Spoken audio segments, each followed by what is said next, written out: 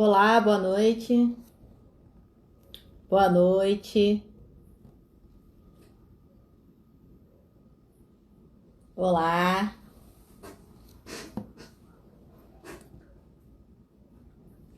Boa noite para todos.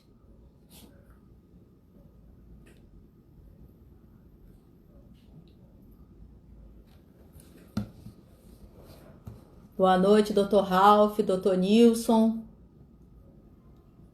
Boa noite, Dr. Fábio. Boa noite a todos.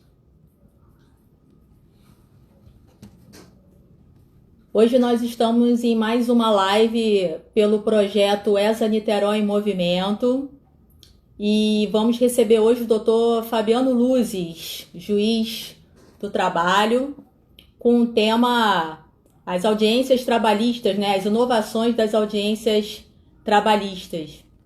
E vamos falar um pouquinho sobre o projeto ESA Niterói em Movimento, um projeto idealizado pela gestão do Dr. Cláudio Viana, e justamente para poder adequar a exceção que estamos vivendo no momento, né, ao contato com os alunos da ESA, bem como com os advogados e todos os profissionais do direito, para que possam estar em contato com a gente, ainda na mesma proposta de novidades e inovações do Poder Judiciário, mais do que nunca, né?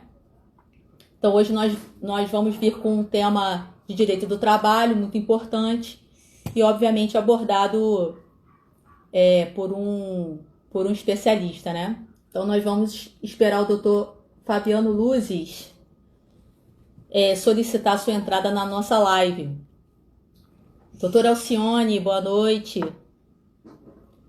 Muito bom. Tem aqui também queridos alunos.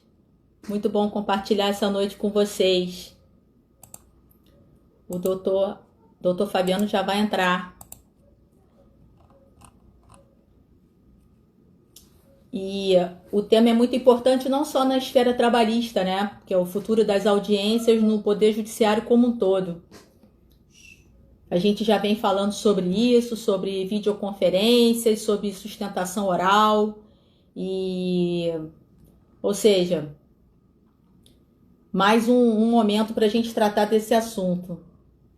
É verdade, ele é um juiz muito... Bom, na minha área a gente chamaria de um juiz muito garantista, né, na área criminal. Mas é verdade, é muito bom quando o magistrado ele cumpre sua função social, né, doutor Fábio?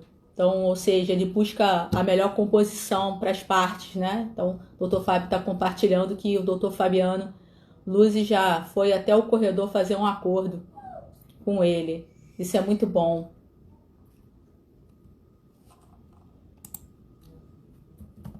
Estou chamando ele aqui, doutor Fabiano, para dizer que a gente já está ao vivo, aguardando. Mais magistrados assim, né, doutor Fábio? Que possamos ter em todas as comarcas, né? Não só aqui, Niterói, se bem que o doutor Fabiano, ele atua em São Gonçalo, na comarca de São Gonçalo, mas tomara que ele inspire outros magistrados nessa mesma conduta. Acho que o doutor Fabiano está entrando. Opa!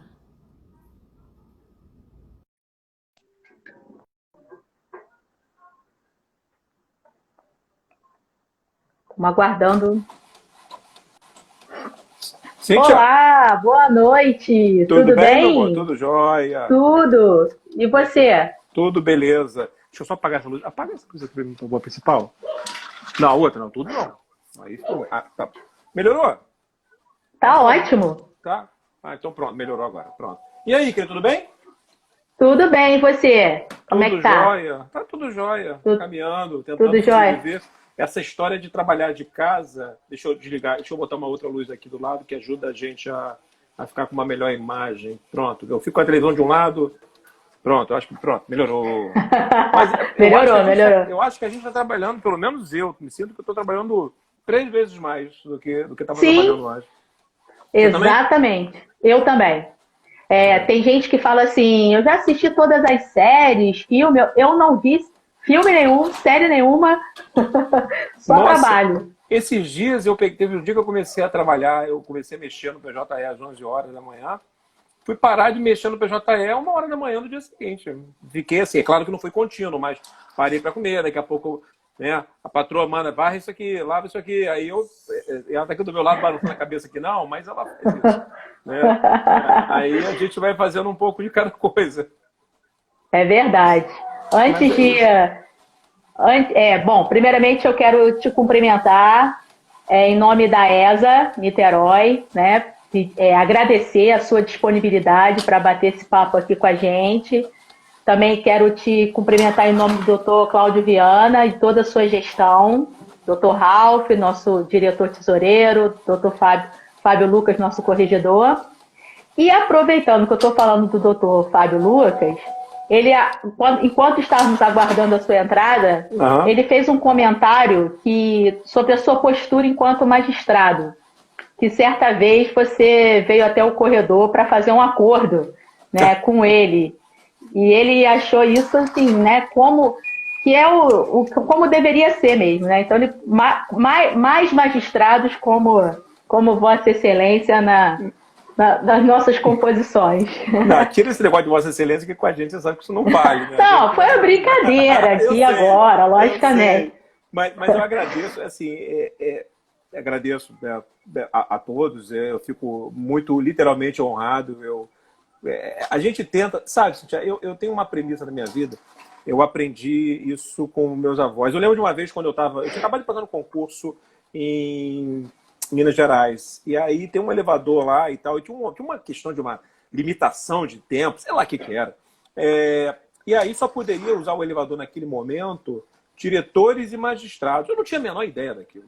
Eu simplesmente entrei e a pessoa, trabalhando lá, a assessorista, chegou assim, tentou, no primeiro momento, me barrar assim, a entrada, né, porque achou que eu fosse serventuário, advogado, parte e tal. Eu pedi desculpa, ele não, desculpa, eu não sabia, eu entrei no tribunal há pouco tempo, eu acabei de passar no concurso para juiz, aí a menina, assim, eu não falei isso por o intuito dele, né, mas só para... A menina me pediu um monte de desculpa, começou a me pedir desculpa, eu falei, não, você não tem que me pedir desculpa de nada. Não me conhece, eu acabei de entrar, a casa é da senhora, eu que entrei agora, eu que tenho que me apresentar. E aí eu fui pro fundo e ele virou isso foi muito marcante. A pessoa olhou para trás assim para mim, olhou assim pra minha cara, eu achei que fosse me dar um esporro, né? E falou, eu queria parabenizar o senhor pela sua postura, porque os seus colegas, por muito menos, teriam feito um escândalo aqui com ela. Eu falei, Sim. olha, eu não sei de onde as pessoas vêm, como elas são criadas, mas eu tenho uma postura diferente. Eu fico até ofendido de ser parabenizado por isso, porque eu acho que isso é obrigação, né? Ser É simpático o é normal, obrigação. né? Exato. Seria o normal. Quando a gente é parabenizado pelo normal, tem alguma coisa errada. E aí eu vi assim, Exatamente. fazer diferente seria rasgar o nome da minha família, do meu pai, da minha mãe, dos meus avós, que me ensinaram a ser assim. Então, eu acho que falta um pouco de reflexão coletiva. Eu odeio, para quem me conhece sabe que eu odeio. Eu tenho, de Tribunal do Rio de Janeiro, eu tenho 5 anos lá na... Eu sei que você é da área criminal, de repente você não sei se você já entrou no prédio do Antônio Carlos. No prédio do Antônio Carlos tem um Já, elevador... Já entrou? Lá no já. cantinho tem um elevador, que é um elevador privativo para juiz e desembargador. Eu uma vez usei aquilo porque fui coagido pelos meus colegas, vamos lá para a gente andar logo. Mas eu nunca usei, eu sempre faço questão de usar, entrar na fila do Antônio Carlos. E só não pego a fila da Lavradio, porque quando pego o elevador, eu pego o elevador já num andar de estacionamento. Mas eu faço questão de pegar a mesma fila de todo mundo, porque particularmente, a opinião minha, eu acho um absurdo a existência de elevadores privativos. Mas é Também meu ponto acho. de vista. É verdade, eu concordo plenamente. Mas é bom a gente até comentar isso, não para constranger, mas sim para a gente refletir, né? Porque realmente, se falamos de igualdade, de isonomia, não é isso? Se Exatamente. buscamos isso nas tutelas, né? Então acho que começaria por aí, né? Exato. Eu acho o seguinte, eu já tenho tantas prerrogativas em virtude do meu cargo que eu não posso transformar isso num privilégio. Eu e todo mundo, né? Tem gente que, por exemplo, quer ser chamado pelo seu cargo no seu prédio. Em reunião de condomínio, Uma vez o advogado da administradora do condomínio é advogado trabalhista. E aí eu fico quieto, eu odeio que as pessoas saibam o que eu faço da vida. Todo mundo quando me pergunta o que você faz. Eu trabalho no Justiça do Trabalho. É assim que eu respondo. E aí, certa vez, o advogado falou, não sei o que, excelência. Não, para, volta tudo. Fabiano, meu nome é Fabiano. Eu sou condômino, unidade tal, apartamento tal, é assim que eu sou chamado. Aí ele ficou constrangido, eu falei, pô, velho, não, desculpa, mas assim, não é um local, eu não sou aqui, eu não sou juiz, eu sou um condômino que paga a cota igual a qualquer outro. Eu detesto, Exatamente. sabe? Não gosto disso. Eu acho que a gente precisa um pouco mais de humano e menos de cargo nessa vida. Isso, também acho. Concordo plenamente.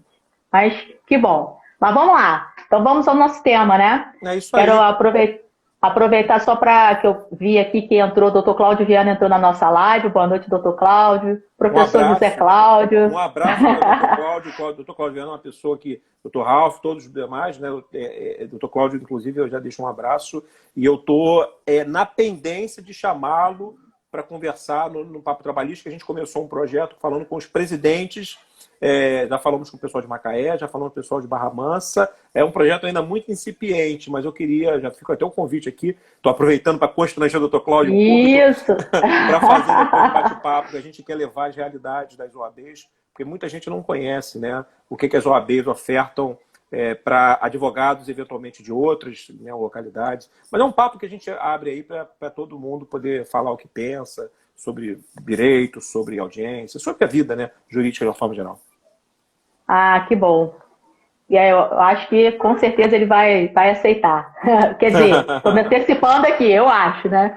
Bom, deixa valeu, querida. Mas estou à disposição, meu amor. O que você quiser aqui, use-me e abuse-me. Então, meu amigo, a gente vai conversar sobre o futuro das audiências trabalhistas, não é verdade? É isso aí. Então, eu queria que você começasse falando para a gente sobre o que está acontecendo na Justiça do Trabalho, principalmente nesse período agora de pandemia. Cíntia, é uma coisa, eu fico muito feliz em ver, assim, desde março, a gente está sem audiência, desde segunda quinzena de março, salvo engano, né? Depois disso ocorreram atos, né, do CNJ, do TST, do nosso tribunal, aqui do TRT, mas eu fico feliz de saber que, mesmo que a gente tenha essa ausência de audiência, a Justiça do Trabalho, e aí eu posso falar por ela, eu não sei as demais, mas ela tentou prestar a jurisdição de uma forma adequada. E a gente, inclusive, para fim de publicidade, no nosso tribunal, determinação do TST também, mas o nosso tribunal foi o primeiro a colocar, salvo engano, uma estatística de todos os alvarás, de todos os despachos, sentenças, acordos, incidentes que foram resolvidos nesse período, para mostrar que a Justiça do Trabalho não parou, né?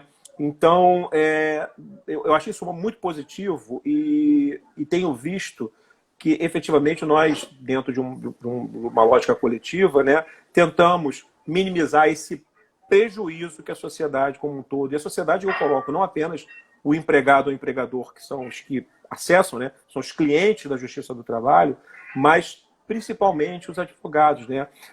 Os advogados, a gente sabe que nós temos diversas modalidades de forma de prestação da atividade advocatícia. Nós temos aqueles que prestam serviço de audiência. Esses, então, são os mais lesados, se a gente analisar, ainda mais no Justiça do Trabalho. Eu faço, por exemplo, 65, 70 audiências por semana. Então, você imagina os advogados que faziam essa atividade eminentemente. Então, é muito, muito triste.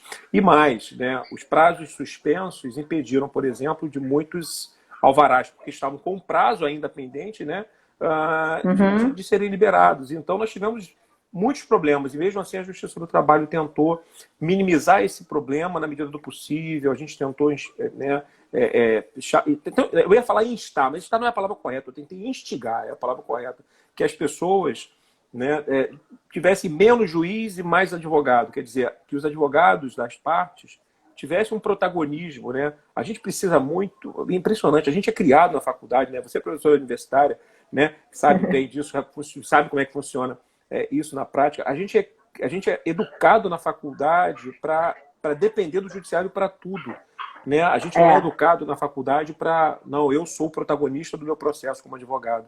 É uma pena isso, né? Infelizmente. É verdade. Não se aprende isso, né? Deveria ter uma disciplina direcionada só para isso. Mas, infelizmente, o acadêmico sai, né? Até o advogado mesmo, muitos passam enquanto estão na Uhum. faculdade ainda, né? E ele não sabe nem para onde ir, ele fica perdido, Exato. infelizmente. Né, e Mas eu nós provoco. vamos ajudar. É isso aí. Eu provoco sempre os advogados. Assim, eu tive um caso agora que eu achei emblemático para mostrar, assim, talvez ele seja o caso que mais evidencia isso. As partes conversando sobre um acordo e aí um peticiona, propõe um acordo de X, por exemplo. E aí, em vez de... Aí, óbvio, o processo entrou, a petição entrou, eu tenho que manifestar sobre a petição. E aí eu a parte tal para se manifestar sobre a petição. Aí o parte diz, não, eu não concordo com isso, eu digo isso. Aí eu a parte tal para falar. Aí chegou a outra parte e mandou de novo. Não, eu quero assim. Agora eu cheguei. Ah, peraí, tem uma coisa errada. Eu quase coloquei no despacho brincando. Os advogados estão brigados? Estão de mal? Porque parece brincadeira, mas por que assim, os telefones, né, que existem nas petições, ou de repente até no próprio site da OAB, se não me engano, pelo menos na minha época que eu advoguei tinha, por que não se ligam para tentar resolver o problema sem o Sim, Estado? O Estado, eu vou falar uma coisa que meus colegas não me ouçam. O Estado, na maior parte das vezes, só atrapalha. Só atrapalha. Então, é verdade. resolvam, né? E aí, depois de resolver, É. peticione conjuntamente. Ah, olha, chegamos a um acordo assim, assim, assado. É menos burocracia, é menos um monte de coisa, e com certeza é a solução mais justa, né? Me parece, mais justa quando as partes chegam nela, né? Eu acho que é uma questão cultural. Eu também milito na área de família, então muitas vezes naquela audiência de mediação eu costumo dar o meu cartão, né, para o Uhum. colega, né, para quem sabe fazer um acordo. E muitos não se recusam, ou quando aceita por uma educação, mas você vê que ele não está satisfeito. Então, ou seja, vê o colega como um inimigo, né? Enquanto que não somos inimigos, somos mediadores, né? Mas Exatamente. O meu colega Roberto ah, Gago, inclusive, que é juiz em Itaguaí, brincou aqui dizendo: estou ouvindo. Mas é verdade, né, Gago? A gente acaba sendo provocado o tempo inteiro a se meter. E você sabe o que é a minha impressão sobre isso que você falou agora, do outro lado não receber e ficar de repente? Eu acho que, infelizmente, eu acho que é muito da nossa cultura é, de brasileiro, talvez. Eu não sei. A gente sempre desconfia. Por exemplo, eu tive um caso uma vez, isso um aluno que me contou, que pelo simples fato dos advogados saírem da sala conversando à frente das partes, já achou que tinha alguma coisa ali por trás, tipo, ih, tá querendo me é, lesar e tal. Quer dizer, a gente sempre tem uma cultura do tipo, eu estou sendo prejudicado porque ele está me enganando. Tudo é corruptível, sabe? Tudo tem uma forma de se dar bem. É triste, né? Mas, é infelizmente, é uma triste. realidade. Mas eu acho que a gente levantando essa bandeira da mediação, do acordo, enfim, de menos judiciário, né? Menos Estado e mais as partes, eu acho que a gente consegue. Aos pouquinhos a gente consegue. Tomara, tomara. A faculdade, a universidade, a academia deveria fazer, na minha opinião, ela deveria ser o grande alicerce dessa É, mudança de postura, né? Uma pena ainda que poucas matérias como a gente estuda muito pouco antropologia, sociologia, filosofia, parece uma bobagem, né? Isso tudo não serve para nada. Mentira, balela. é, Tudo serve para tudo, é, né? Essa questão que está acontecendo nos Estados Unidos hoje, a gente acha, não, porque né, você que é da área, né, penal, aquilo que aconteceu lá acontece no Brasil toda hora, sim, né? De um sim, negro ser morto por um policial. Lá foi branco, mas pode ser branco ou negro, né? Mas isso não é um sim, problema policial, isso é um problema antropológico, isso é um problema histórico de sim, formação dos estados, né? Então não é a lei que vai resolver isso, é através de outras não. questões.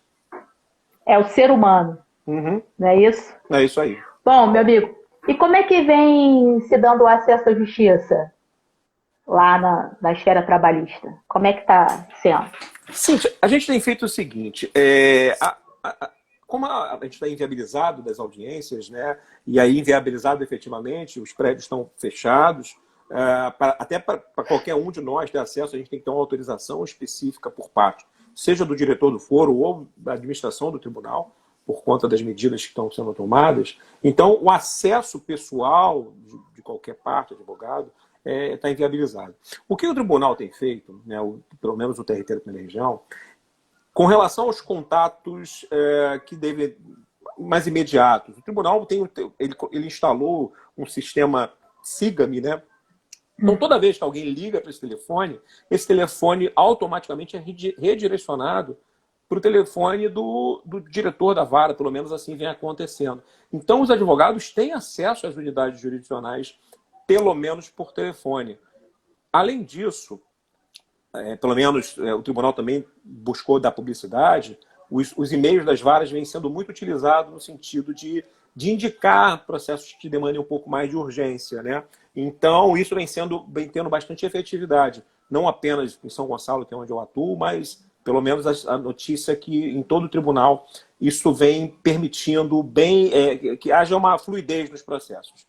A outra forma que vem sendo dada, e aí não são todos, mas alguns, eu, por exemplo, fiz isso assim que começou. Eu fiz uso das minhas redes sociais para endossar essa questão dos e-mails, que nos e-mails e deu resultado, porque daqui a pouco eu comecei a receber por e-mail de terceiro, mensagem em WhatsApp, você fez isso mesmo? Eu falei, fui eu que fiz.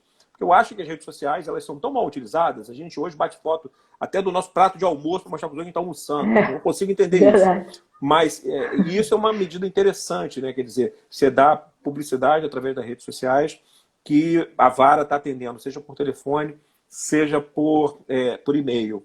E a outra alternativa que vem sendo dada foi através da plataforma que o CNJ adotou, né? Que é a plataforma Cisco Webex. Eu venho atendendo sempre quem demanda, através disso para fins de despachar. A parte que é despachar, a Lei 8906 garante ao advogado esse direito, então a gente vem tentando, na medida do possível, viabilizar que o advogado tenha sua prerrogativa garantida. Eu, por exemplo, amanhã, 2 horas, eu tenho um agendamento marcado com o advogado que precisa falar sobre o processo. Como é que ele me achou? Me mandando uma mensagem por Instagram no meu pessoal.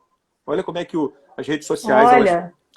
Foi assim, porque ele acompanha o nosso trabalho, o meu e do Marcos, no Papo Trabalhista, me mandou uma mensagem no meu pessoal e no do Papo Trabalhista. E eu imediatamente copiei aquilo, mandei para o diretor e pedi, olha, agenda isso, sexta-feira, 14 horas, para a gente atender, porque eu acho que é importante. Assim, no final das contas, a forma pouco importa. O que importa é a materialidade que a gente vai dar. Então, a rede social serviu para mais alguma coisa.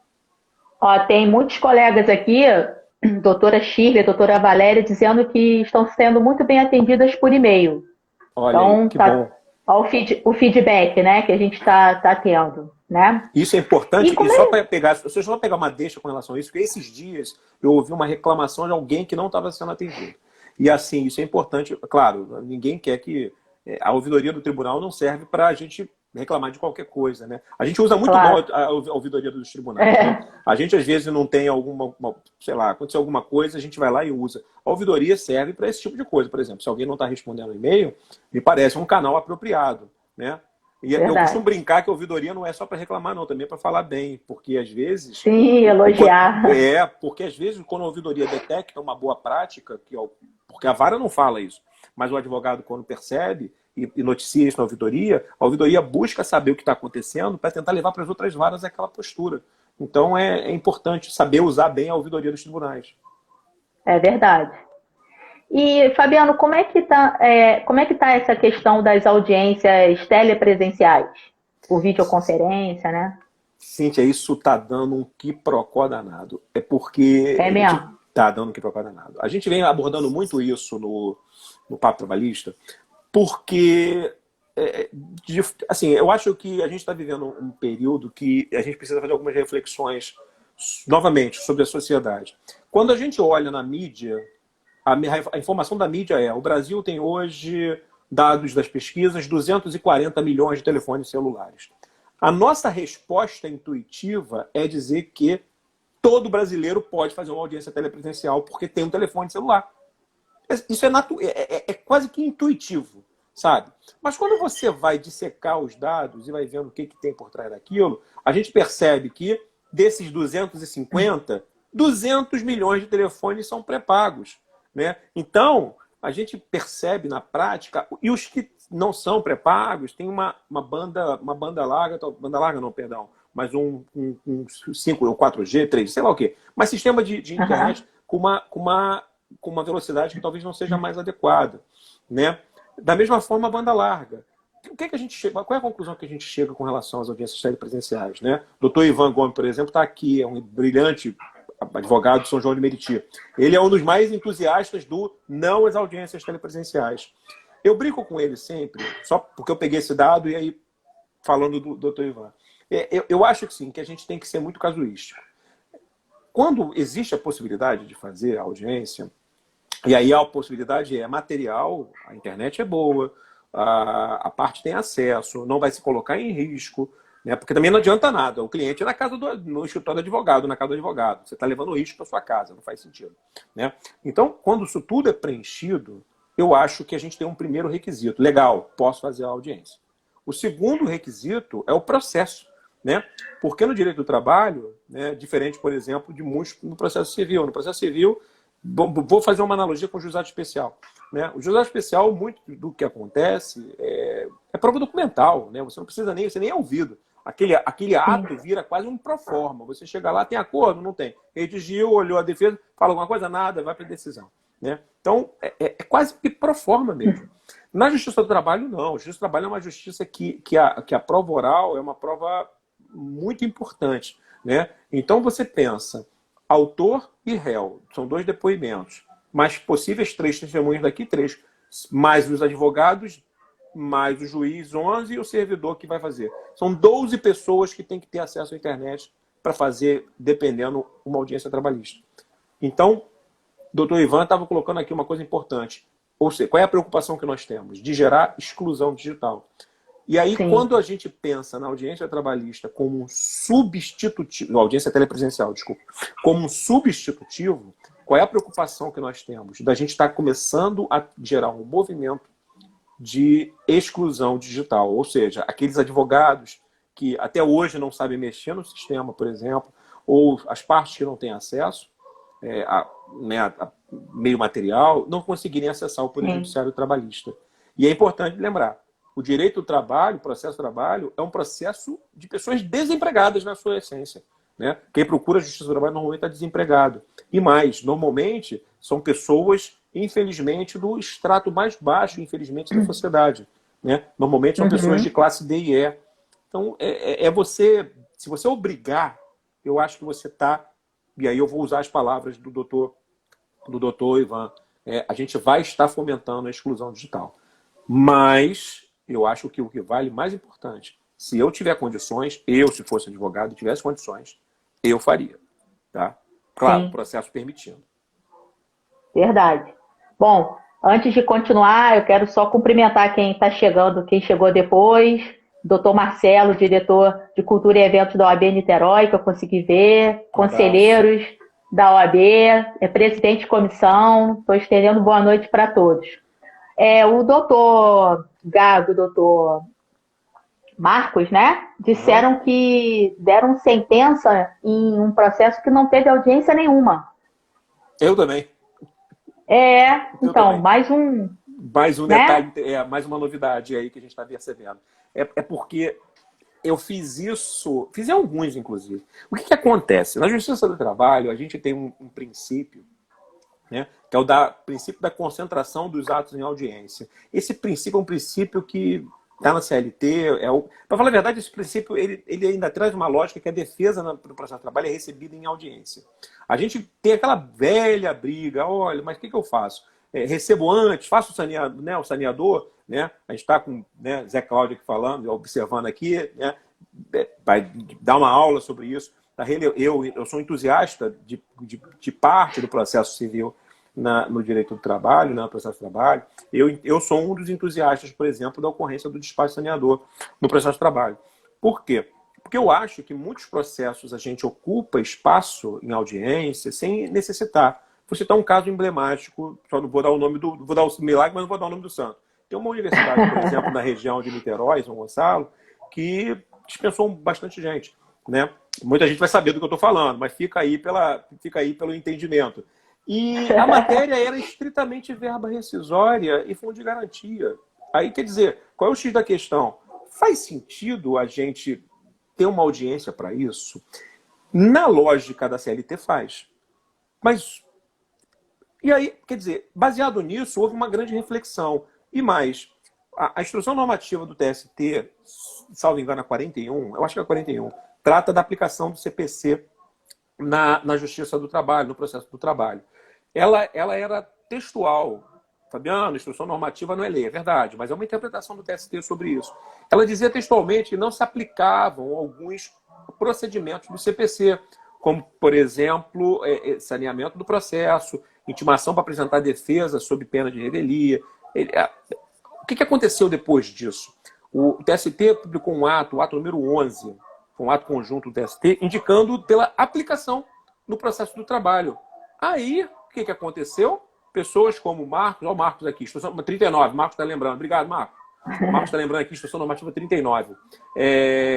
A instrução normativa 39, e baseado nisso, que era a nossa preocupação, minha, do Marcos, do Gago, era o quê? Eu dar uma sentença e o tribunal dizer, olha, isso não é aplicado, vou anular a sentença. Quando veio esse ato número 11, ele permitiu que nós, o quê? Me deu uma garantia maior de que esse processo vai seguir seu transcurso. E aí aconteceu e começamos a fazer diversas. Eu, por exemplo, nesse mês de maio, eu dei 14 sentenças sem audiência. 14 sentenças, que eu levantei esse número ontem. Eu dei 14 sentenças sem audiência, e das quais 6 já tiveram embargo de declaração, que já foram julgados também. Então o processo andou, né? E hoje com essa garantia, né, do TST dizendo que eu posso fazer isso. Então, me parece que a gente caminha, não sei, espero eu, que a gente caminha para uma situação que talvez haja um pouco mais de flexibilidade. Eu vou falar uma coisa aqui que talvez o pessoal vai achar estranho. O Marcos divergia de mim e a gente começou a pensar um pouco diferente. Eu, por exemplo, sou a favor, pessoal, da unidade processual. Eu acho que não deveria existir um processo do trabalho autônomo. Eu acho que deveria haver, a gente chama de dualismo, né? Eu acho que deveria aplicação a revogação total da parte processual da CLT, utilizando o processo civil com um capítulo no final do CPC, com procedimentos específicos, como a gente tem diversos, né? O CPC tem lá bonitinho, e tudo que é específico ele coloca lá no finalzinho. Eu acho que o processo do trabalho deveria ter a mesma lógica. Mas não foi essa a opção do legislador até hoje. Eu acho que seria mais simples. Sim. A gente teria um processo só. A gente aprende muito processo. Processo 1, 2, 3, 4, 5, 6, 8. Processo penal 1, 2, 3. E a gente acaba, né, dando mais valor à parte processual do que à parte material. Agora Zé Cláudio vai ficar nervoso que eu falei isso. O doutor João Emiliano está dando um depoimento que ele assistiu a audiência por videoconferência com o doutor Marcos Dias. Opa. E ele achou que as iniciais conciliatórias são totalmente viáveis assim, de serem feitas. Está dando o seu depoimento nesse sentido aqui. Bacana, né? Então, bacana. Bom bacana, saber. Né? Bom saber. E, Fabiano, e as audiências depois desse período? Como que vão ficar? Cíntia, você sabe que eu tenho refletido muito sobre o mundo depois desse momento, né? E com relação, claro, pensando em vários aspectos, né? Eu penso muito no mundo depois sobre o direito do trabalho, sobre as relações sociais, isso que está acontecendo nos Estados Unidos, acontecendo no Brasil. Tem um monte de coisa acontecendo no mundo que está fazendo a gente... se a gente não arrepender... Acho que o Papa Francisco falou sobre isso. Se a gente não passar esse momento refletindo sobre o que está acontecendo, é preocupante, né? É sério. Me parece que a gente vai viver um mundo híbrido depois desse período, sabe? Eu acho que as audiências... Doutor Ivan Gomes, não fique triste com o que eu vou dizer. Eu acho que as audiências telepresenciais vieram para ficar. O que eu acho que vai acontecer é que a gente vai ter um mundo híbrido de utilização da ferramenta telepresencial com a utilização da ferramenta presencial. Por quê? Porque, por exemplo, a carta precatória. É muito comum que a gente peça carta precatória para outras varas, para cumprirem aquilo. Com tecnologia, hoje, eu consigo ouvir uma testemunha que esteja, por exemplo, em Portugal, na mesma hora que eu estou fazendo a audiência aqui. Então, até para fins da concentração do processo, me parece mais adequado isso, né? Porque as testemunhas vão estar sendo ouvidas todas juntas, né? Até para cariação, coisas do tipo. Esse é um dado positivo ainda. Audiências de conciliação, hoje eu faço, e mais uma vez, o nosso público é um público pobre, a verdade é essa, infelizmente. Então, de repente, eu consigo que essa pessoa, em vez de se deslocar de Itaboraí, que é o meu caso, né? Eu tenho muita gente que mora em Itaboraí e trabalha em São Gonçalo, né? Então, o cara, em vez de se deslocar de Itaboraí, talvez ele consiga fazer essa audiência da casa dele, ou do escritório do advogado dele, ou vários ous que a gente não vai pensar aqui agora. Da mesma forma que eu tenho os processos que são confusos, né? Banco, por exemplo, é um processo que é muito confuso, tem muita gente ouvindo, sendo ouvida e tal. Então é um processo que me parece que é necessária a presença física das partes. Então eu acredito que a gente vai viver, a partir de um futuro próximo, se tudo correr bem, com a vacina disponibilizada, eu acho que a gente vai viver, primeiro, uma rediscussão, mesmo com a vacina, e aí é uma opinião do Fabiano, mesmo com as vacinas, eventualmente, contra o Covid-19, eu acho que a nossa lógica de aglomeração de pessoas em espaços públicos ela vai ser repensada. Então, isso é a primeira coisa. E na Justiça do Trabalho, as salas são muito pequenas. Nos juizados especiais também, né? São salas muito pequenas que ficam um monte de gente. No juizado especial não ficam as pessoas dentro da sala, né? Mas na Justiça do Trabalho é muito comum a sala ficar abarrotada de pessoas. Os corredores ficam muito cheios. Então, eu acho que isso tudo vai ser repensado. E essa questão, como eu falei, da questão híbrida, né? De utilizar um dia de audiência presencial, um dia de audiência presencial auditiva. Então, a gente vai ter uma comunicação de todas essas questões. O que eu acho, e aí eu acho que vale a pena uma reflexão para os nossos amigos e amigas advogados, eu acho que eu preciso buscar me capacitar. E aí eu não estou falando de exclusão digital, eu estou falando de capacitação pessoal.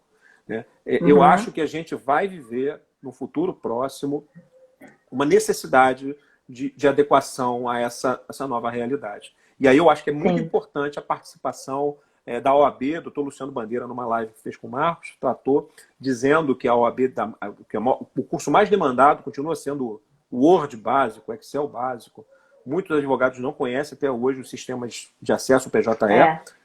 Eu acho que a gente vai ter que ter uma mudança. Infelizmente, eu vou botar um feliz ou infelizmente, a depender do ângulo que se olha, né? Quanto a essa situação. Verdade. Muitos colegas estão dizendo aqui que eles acham que realmente a era digital veio para ficar. Eu também tenho certeza. Veio para ficar, mas até, como você está explicando, até se efetivar, vai ter que ficar usando os dois sistemas, né? Você já usa isso, né, na área penal? Certo. Você já faz isso quando o detento está custodiado, por exemplo. Sim. Então, já é uma realidade que você, por exemplo, na área penal vive. É verdade. Enfim, a gente tem que estar com o coração aberto, né, para essas inovações, não é verdade?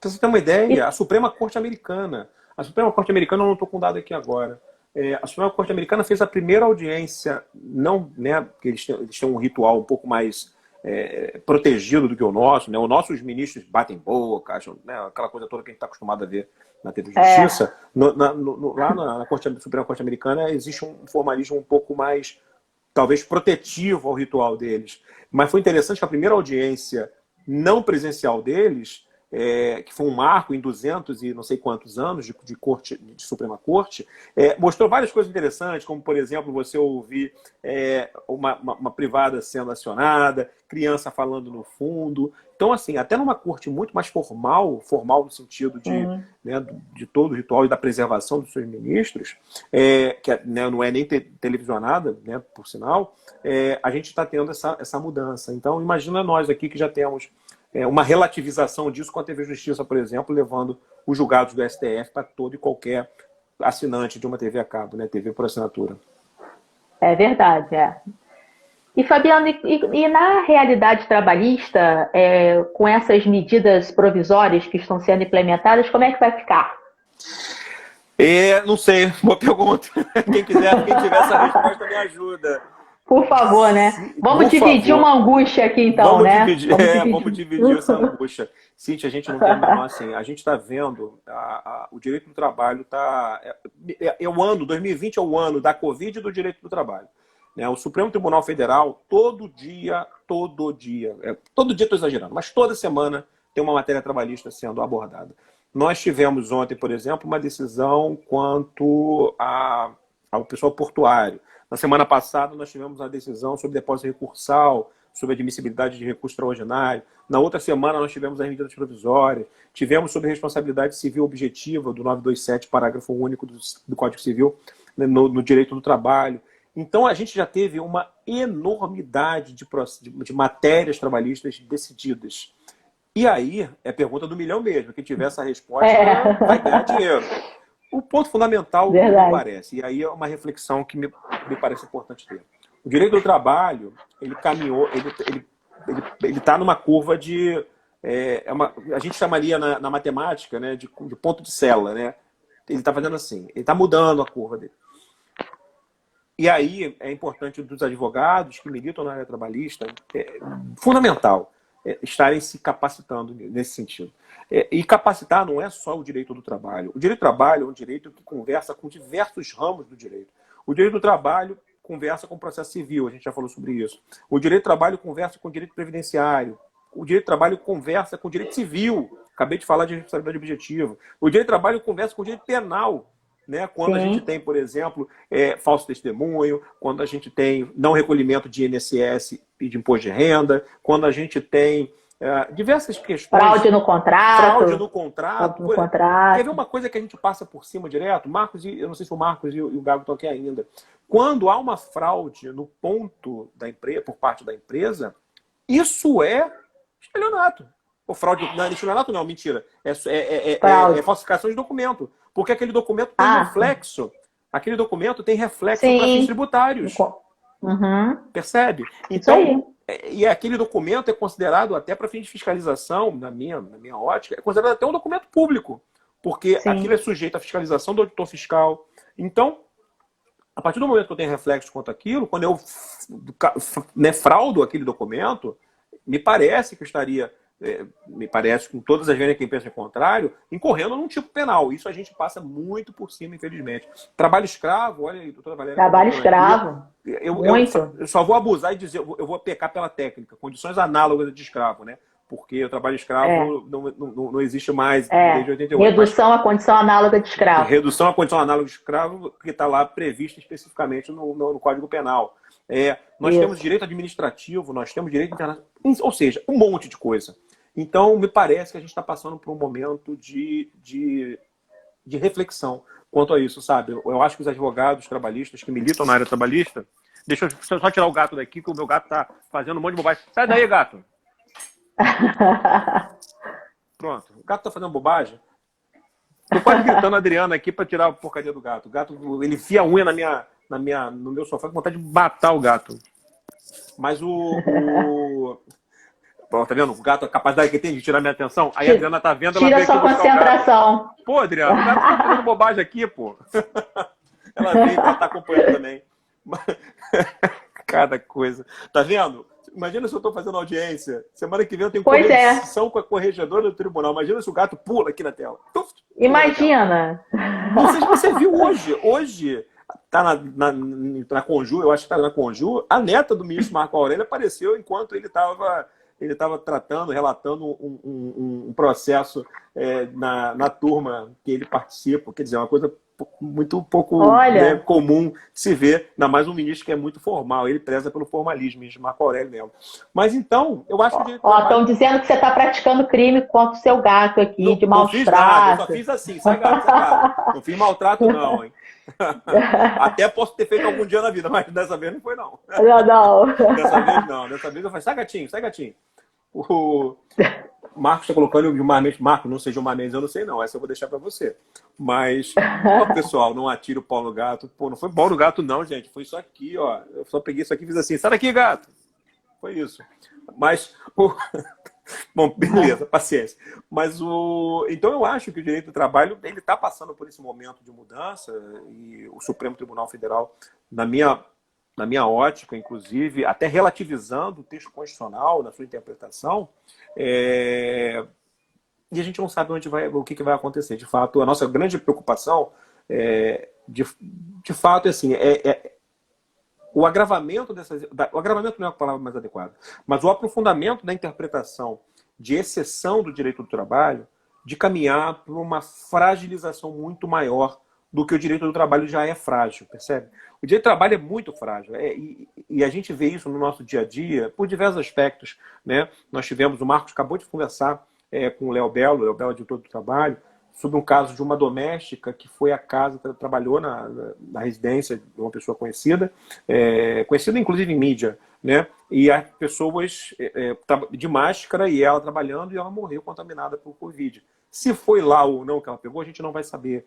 Mas, no final das contas, o trabalho ele é a relação que, primeiro, é o contrato mais existente né, no nosso país, né, a relação contratual mais existente, é a relação contratual que talvez tenha a maior discrepância entre duas pessoas, entre né, uma pessoa hipossuficiente e uma pessoa com mais capacidade, e é a forma que talvez insira o cidadão mais na perspectiva, né, da dignificação, através de receber um salário para sustentar sua família.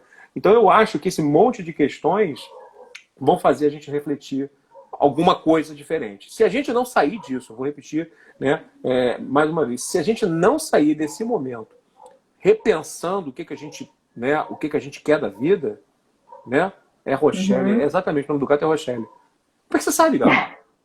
Se a gente não pensar nisso depois desse momento, eu vou me questionar muito até da nossa sociedade. O que a nossa sociedade quer? Né? Não sei o que você acha disso também. Eu sei que direito do trabalho não é a sua área, mas eu tenho pensado muito o direito do trabalho dentro de uma perspectiva maior, sabe? Uma perspectiva de uma realidade social do nosso povo. Sim, sim. Eu também penso dessa forma, né? Na minha humilde visão jurídica. E Fabiano, qual é a importância, na sua opinião, das demais áreas jurídicas para o advogado trabalhista? Então, isso aí eu acho fantástico, porque eu costumo dizer que o advogado trabalhista assim, é premissa básica, a alfabetização, se conhecer a CLT e as leis trabalhistas. Isso é básico do básico. Um advogado trabalhista que não conhece isso vai ter problemas, né? Saindo disso, e aí a gente vai pensar na questão do direito civil. O Marcos até falou isso numa live que a gente fez. É fundamental hoje que, por exemplo, a teoria geral dos contratos, né? O direito do trabalho, ele caminhou, parece que ele está caminhando em posições antagônicas ao direito civil. O direito civil de 16 para 2002, ele, né, alcançado pelos princípios da eticidade, da função social dos contratos, ele fez assim, ele foi naquele caminhar quanto à lógica dos direitos humanos. O direito do trabalho, que nasceu disso, ele tinha feito assim no primeiro momento, um estilingue, né? Veio para cá para dignificar, para socializar as relações. E de um tempo para cá, no mundo inteiro, ele vem fazendo assim. Ele vem caminhando para uma privatização lógica da sua função, quando a função fundamental dele é uma função social, né?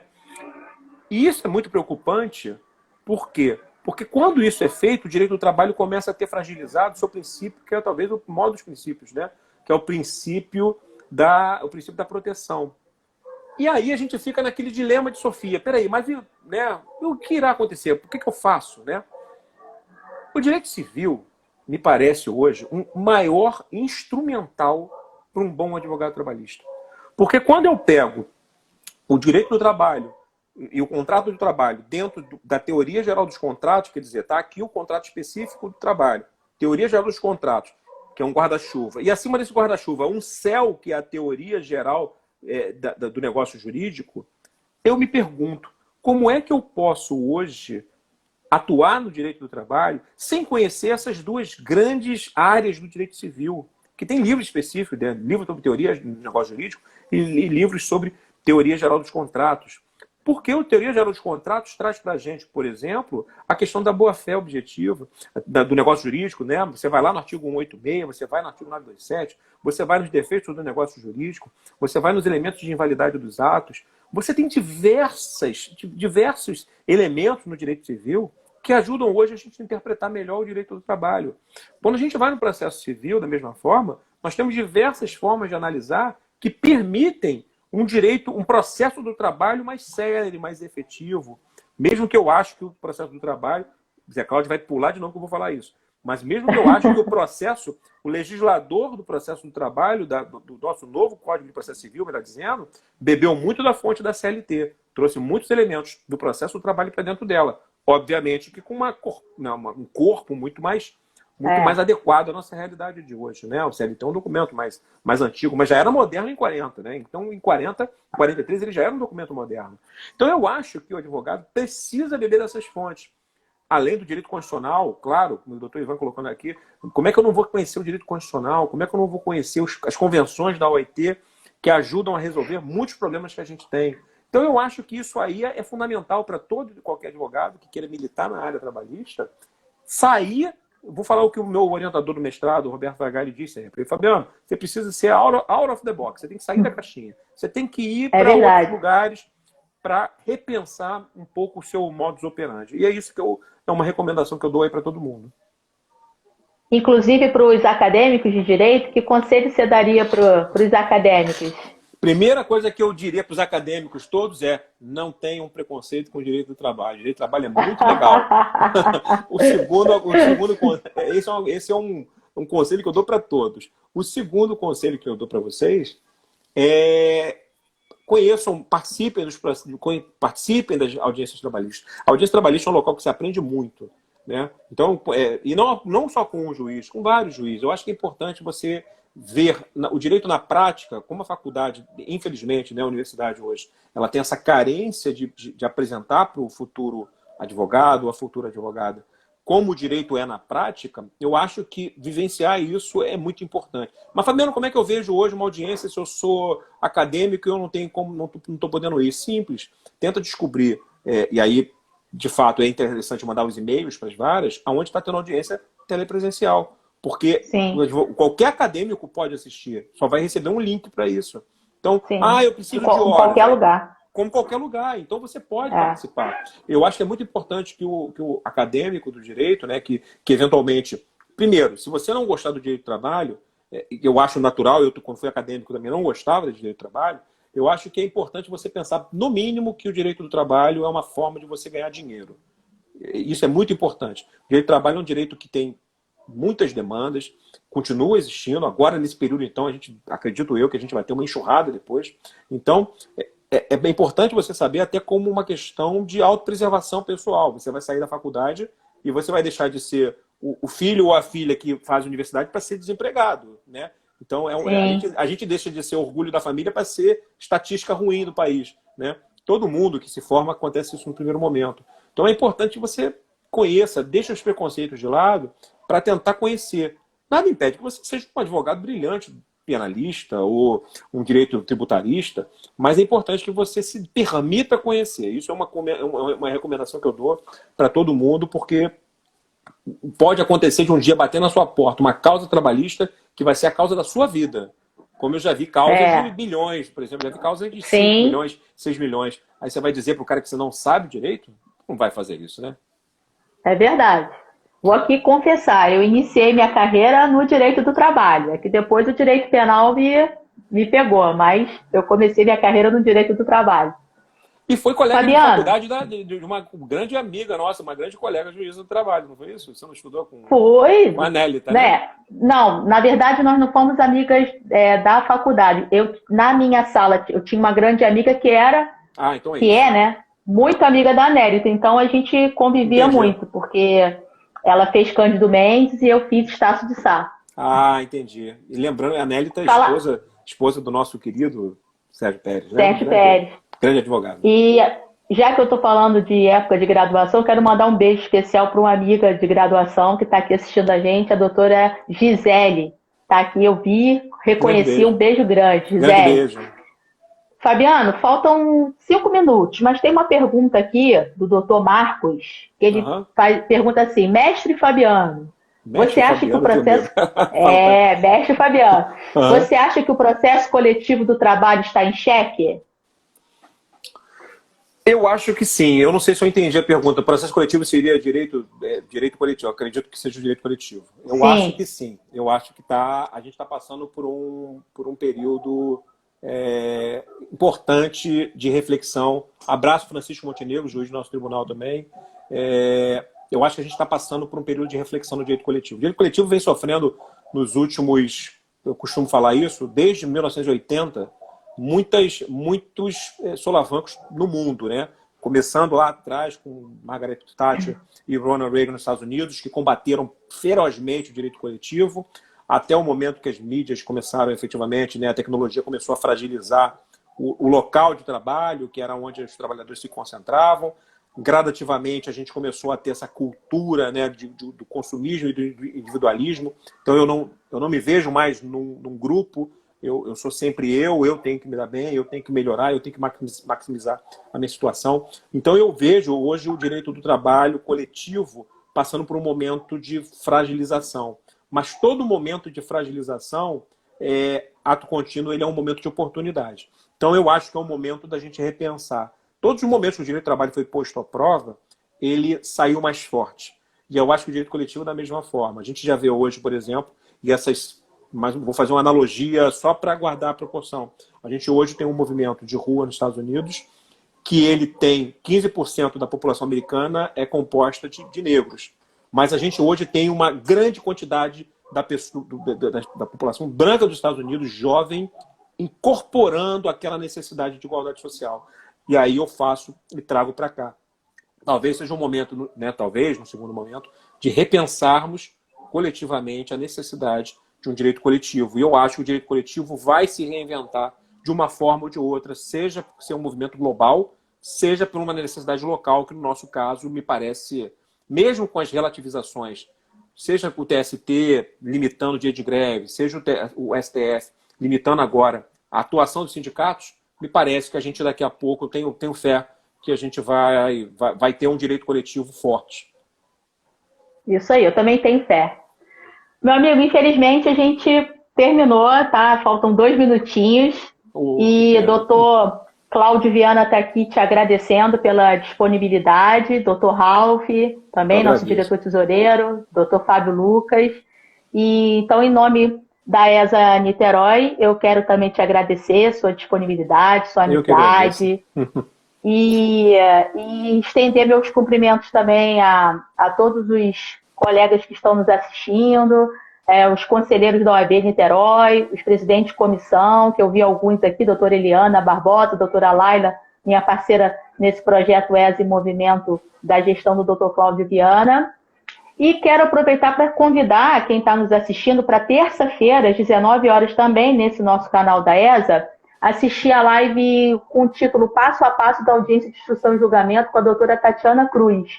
Também mais, né, um complemento aí do que a gente está falando, dessas inovações. Verdade. Não é isso? Então, Fabiano, um beijo enorme para você. Beijo para ti. Eu agradeço muitíssimo. Beijo para a Adriana, para a Duda e para a Rochelle também. Puxar a orelha do Rochelle.